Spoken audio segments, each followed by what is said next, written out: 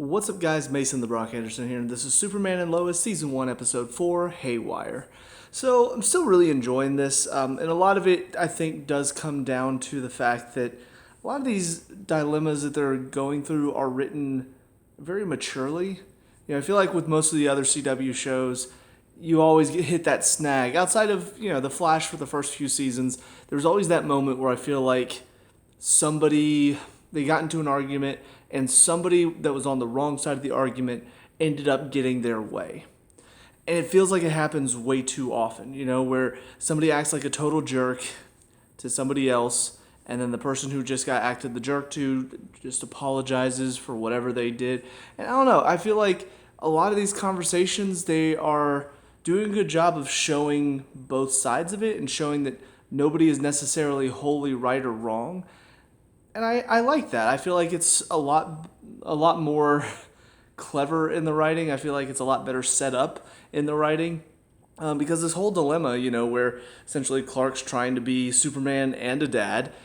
The kids are, trying not to take him away from that, but also but we want our dad. Lois is trying to take on, this really powerful guy, trying to keep him from accomplishing whatever goals that she's pretty sure is pretty sinister.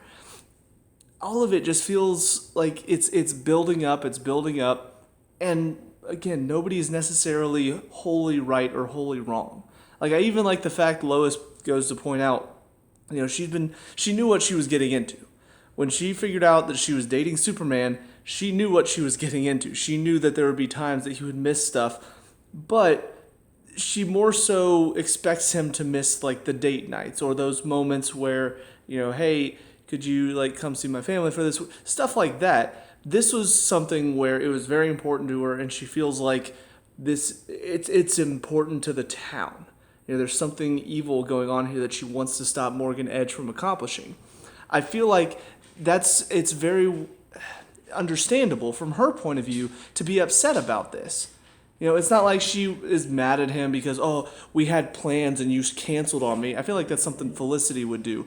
This is a scenario where she needed his help to try to stop Morgan Edge from what he's trying to do, and he wasn't there for her. Now, granted, it's not like he was out doing something completely pointless. Obviously, he was stopping bad guys.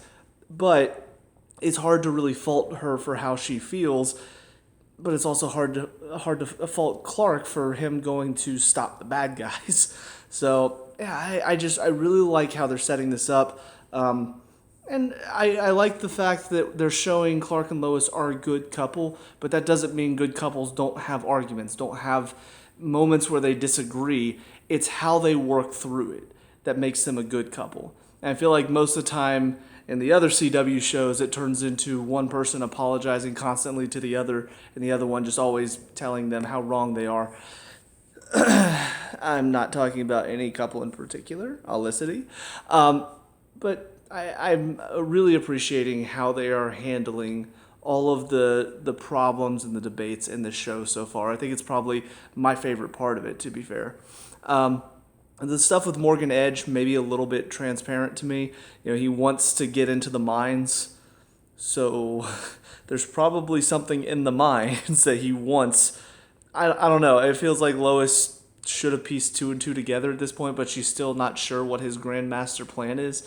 I did, once they showed this tag kid starting to get powers, and then they revealed that there was some sort of phosphorus or whatever at the camp, that's where it kind of hit me that there's probably something in there that he's using to create these metahumans that he has working for him.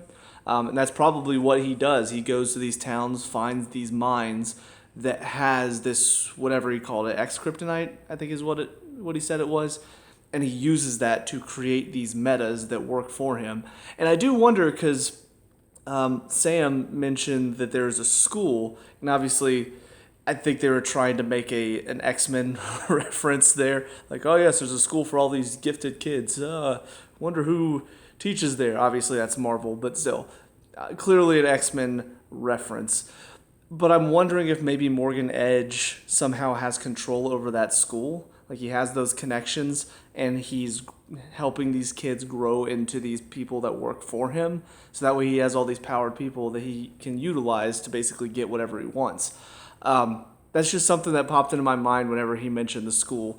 Is I wonder if that's where he's getting all these people to work for him. But no, yeah, it's an interesting setup because once again, it's showing that there are elements in what Lois is doing that are very important to the plot as well. Because I feel like they're all doing their own separate thing at the moment, but they all do have connections as well. I don't know what this one Kilgrave guy, which when they called him Kilgrave, all I could think of was David Tennant's character from Jessica Jones. But I don't know what he's going to have to do with everything going on. His whole breakout thing seemed very just random. And honestly, I don't know. His whole thing just felt the weakest in this episode because it felt more like a plot device to have everybody get upset at each other. Sam already possibly doesn't trust him because of what Luther had said to him. And so this gives him a reason to be like, well, he didn't come help with this right away, and then he got away, and now he's telling me that I can't just utilize him whenever I want to. I'm not sure how I feel about all of this. It feels more like a plot device than anything else. And I don't know, the guy's acting was just kind of meh. The fact that they let him chew gum as well, that to me also seems very weird. I feel like anything that you're not aware of, like how did he get the gum? Did nobody ask that question? Hey, how did you get gum inside your cell?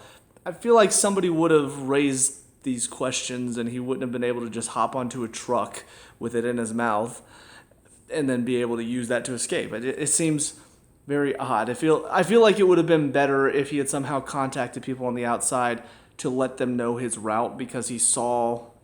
Clearly, he's a very clever planner, so he sees all of this stuff happening and what they're likely to do and where they're likely to move him.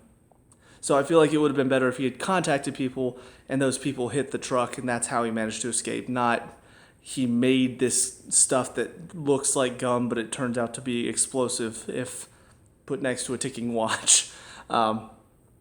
Just very odd to me. But no, I mean, it's definitely a lot of interesting things happening, a lot of interesting setup going on.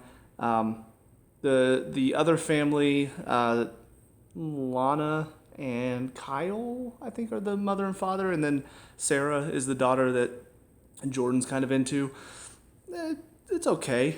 I still don't really know where all of that is going. Obviously, they're setting up Jordan and Sarah as kind of a couple, but I don't really know exactly what they plan to do with that family because it seemed like Lana might be dealing with some family issues, but then this one, it seems to all be getting better. Also, I something else I just remembered, the scene between her and Morgan Edge was a little weird because afterwards she's talking to Kyle and she's saying, he made me feel uncomfortable. I will admit they didn't do a good job of showing that. Like, she seemed very like, oh, hey, Morgan Edge, how are you doing? Like, she's very smiley. She gave him a look at some point, but it didn't seem like a help me here, please. He's clearly flirting with me. And she could have said afterwards, like, clearly, did you not see him flirting? Did you not care that he was flirting with me? But she made it sound more like, he made me so uncomfortable. Couldn't you tell? Honestly, I couldn't really tell based on how she was acting. So I don't know if that just didn't come through in the acting or maybe they changed their minds after they shot that scene. They're like, you know what? Maybe we should have her. I mean, most women would be uncomfortable with a man clearly knowing that she's married, started seemingly putting the moves on her.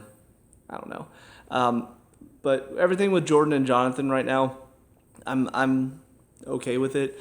Some of it is obviously a bit more like high school drama, like football team and, oh, my little brother. Technically, because they're twins, right? So I guess, I don't know why. I guess because Jonathan is the cooler one, I see him as the older brother. I don't know. Maybe that doesn't even make sense. But I've seen this before, though, where like one brother gets upset because the other one suddenly finds this popularity where they used to be the more popular. I feel like I've seen this before in like a Disney Channel type of situation. And it's not the stuff I'm interested in, but I still feel like they're doing okay with it because they're not making either brother too unlikable.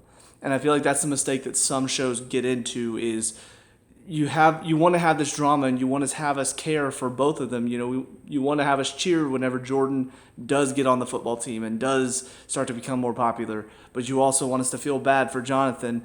And I feel like sometimes you can make one of them, like Jordan, seem a little too like, haha, I'm so cool now. You're not the cool one anymore. But they are showing that there is still some sympathy there for Jonathan from Jordan. And even the moment whenever Sarah points it out to him, like, yeah, he's been popular for a while, but sometimes that doesn't always mean they can cope well with this. It's very true. A lot of popular kids, cool kids in school, most of the time it's all for show. You don't really know what's going on behind the scenes. So I feel like they're tackling this well in a way where, even though it's not something I'm really that interested in or really can connect to at all, it's still enjoyable enough and it's handled well enough to where I'm still invested. And I do want to see where it's going next. So, yeah, a lot of good setup. So, on to the next episode. I'll see you there. And now, episode 5, The Best of Smallville. See, here's the thing.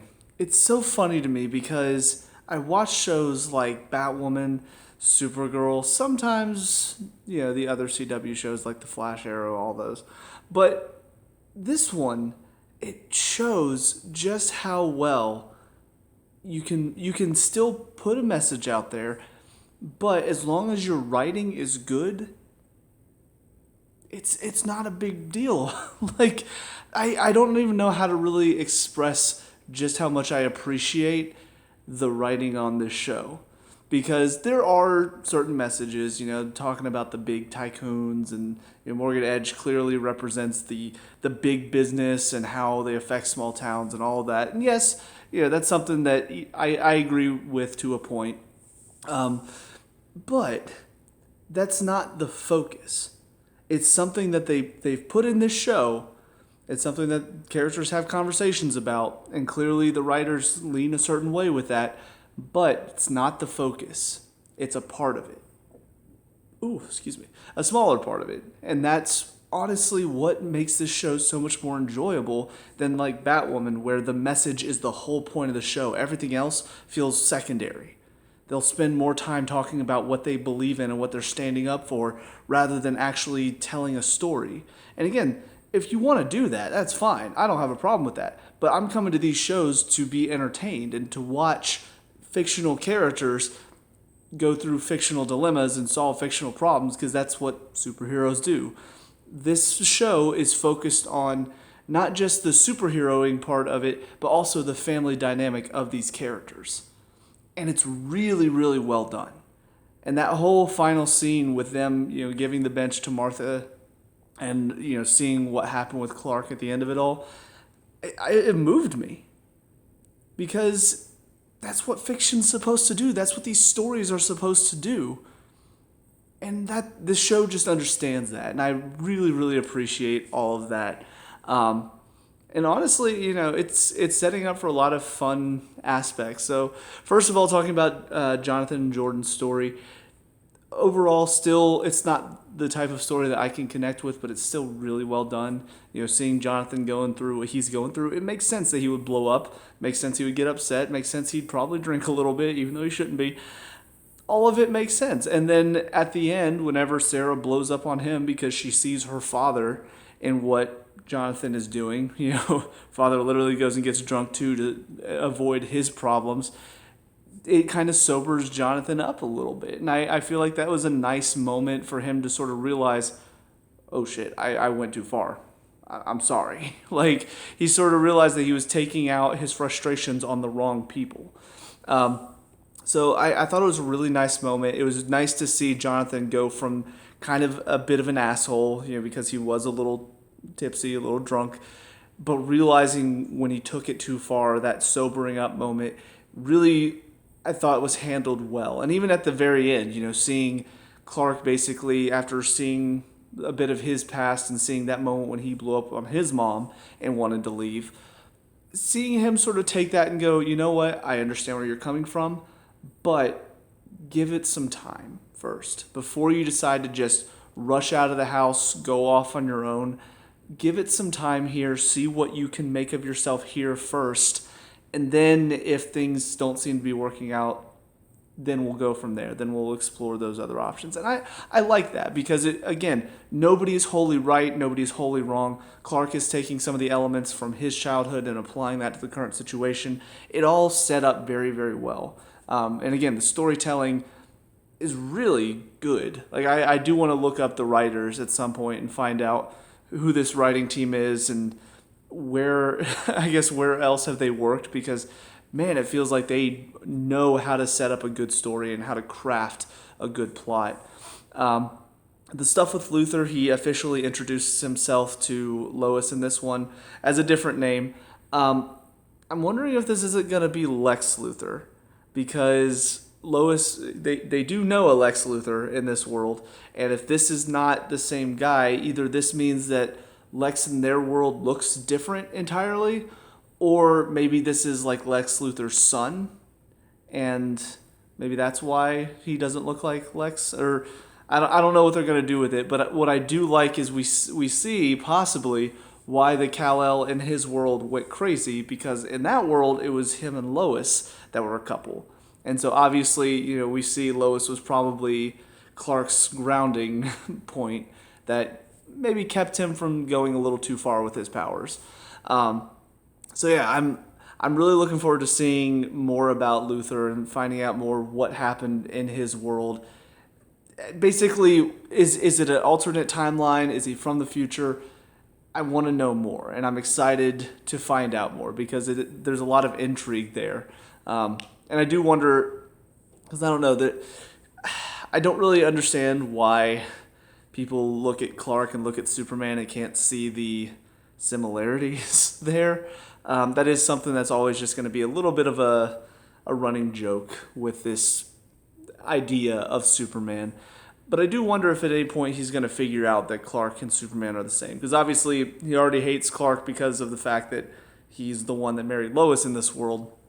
And I also wonder, who is he in this world? If he's not Lex Luthor, does he exist in their world as well? There's a lot of questions, a lot of very interesting possibilities with what they can do with it. So looking forward to more of that.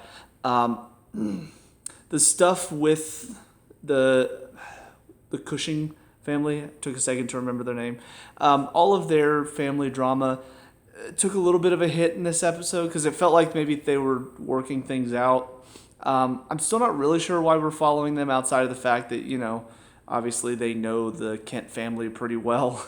Kyle being basically the antagonist of Lois's story that supports Morgan Edge. Lana and Clark being childhood friends, and then of course Sarah and Jordan possibly hooking up. I don't really know why we're spending this much time on them, though. I'm guessing they're going to take it somewhere. I just don't know where yet, because they sort of feel like more secondary family in the concept of the show. But I'm appreciating a lot of what they're doing, because it would make sense for the dad to go out and have some drinks because he's probably upset about what happened to his friend. Like, that makes sense. And while obviously for what it means for the family, they're not happy with it because clearly he used to have a drinking problem, it's still, I still do feel like it's understandable why he would end up making that mistake, based on what happened. So I feel like their family drama as well is being pretty well handled. And even like Sarah, the whole relationship between her and her mom, it feels pretty normal for what they've all been through, it sounds like. Yeah, another family storyline that I feel like is being handled well. Morgan Edge, we do see a little bit more, this one kid, or the lady's son comes back. Clearly he was one of the ones being experimented on. I still feel like Lois should be putting two and two together, that maybe there's something in the minds that they're using to create these people, now that they've seen he's the one creating these superpowered people. So I feel like now you should have your answer, but she still has no idea how it connects to the mind at all for some reason. But yeah, I kind of like where that's headed to. We see sort of the back and forth between the two of them. Lois trying to find her answers, Morgan Edge trying to put up this persona of this businessman who is very clearly he's got his alternate agenda, obviously, to the audience and to our main characters. But I have to admire the fact that he is obviously very clever with how he portrays himself, because he always seems to have an answer for everything. You know, what happens with the one guy who burned down the building? He saw that as an opportunity. He's like, oh, well, sucks that happened, but hey, I can write a check, and now all of a sudden I'm a good guy to all these people because I helped replace what was lost.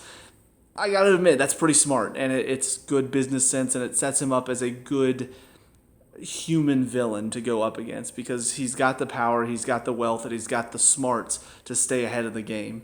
So he's a very good villain for Lois to go up against.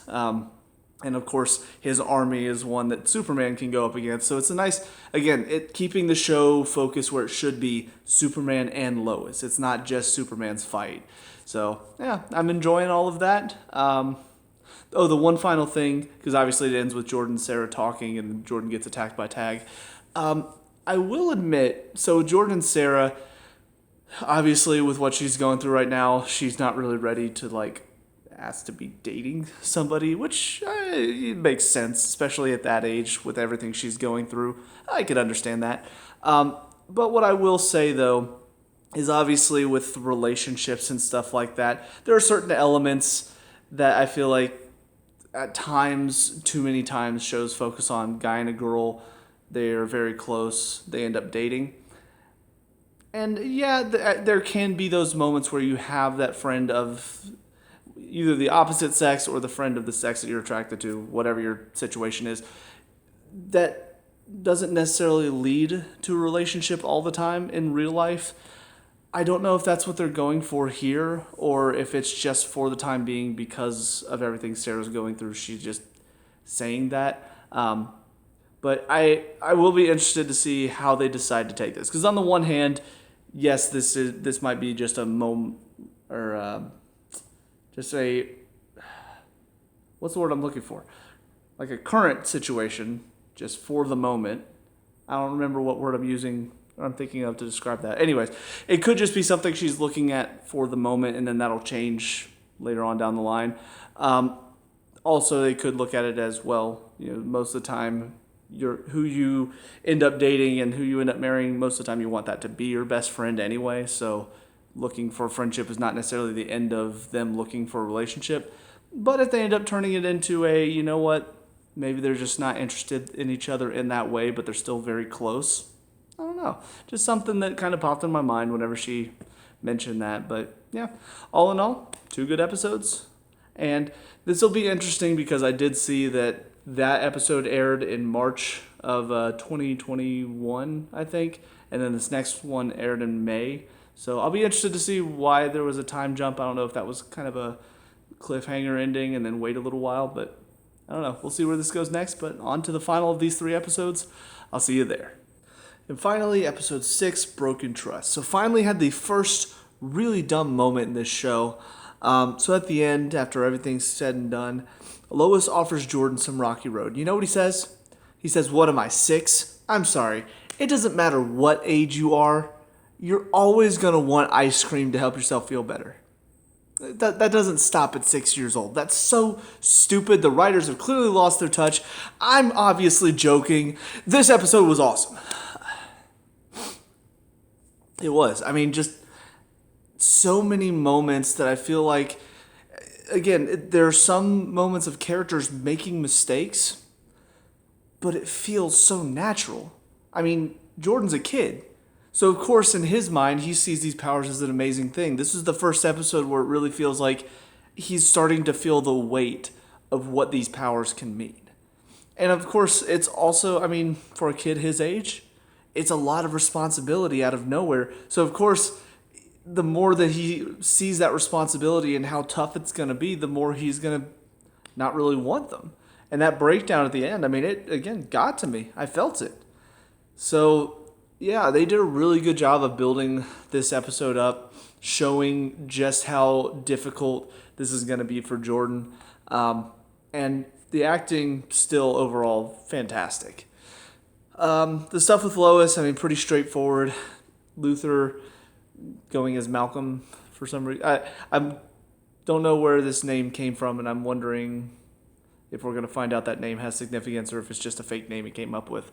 But he officially gets Lois into the mines, sees what's in there.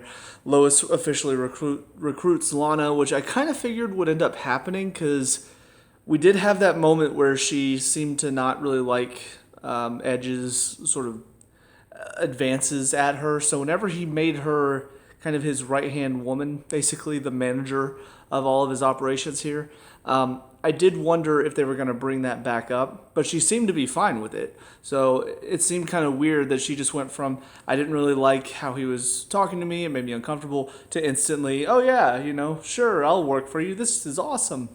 Of course, the financial benefits, anybody would probably, even if they felt a little uncomfortable, if they saw all the money that they were going to be getting, they might push that aside as long as it's not anything too ridiculous and too, I guess, anything that crossed their boundaries. But ultimately, once everything happened with Tag and with Sarah, that's the moment. And it's very, again, natural feeling that would be the moment where she goes, okay, hang on. There is something weird going on here. It does kind of feel like maybe it's something to do with the mines. I think, again, a very natural response to everything going on. She was willing to put aside her uncomfortability because of the money, but her daughter's life being in danger, that's something she can't stand for. And yeah, good reasoning.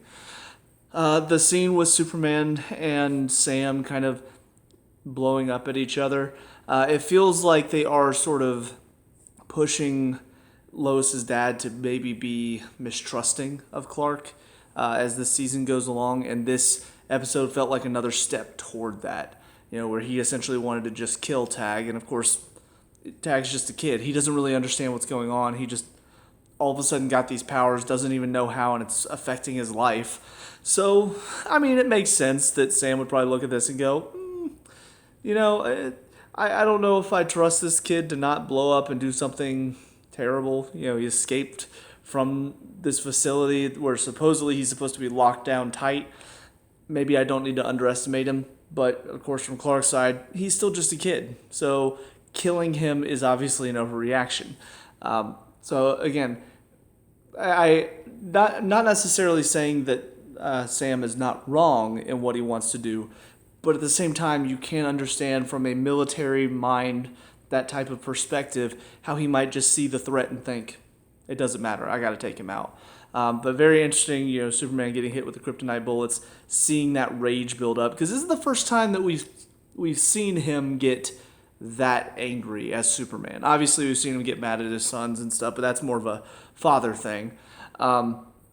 This is the first time we've seen him as Superman feel that rage, though. And obviously it's there.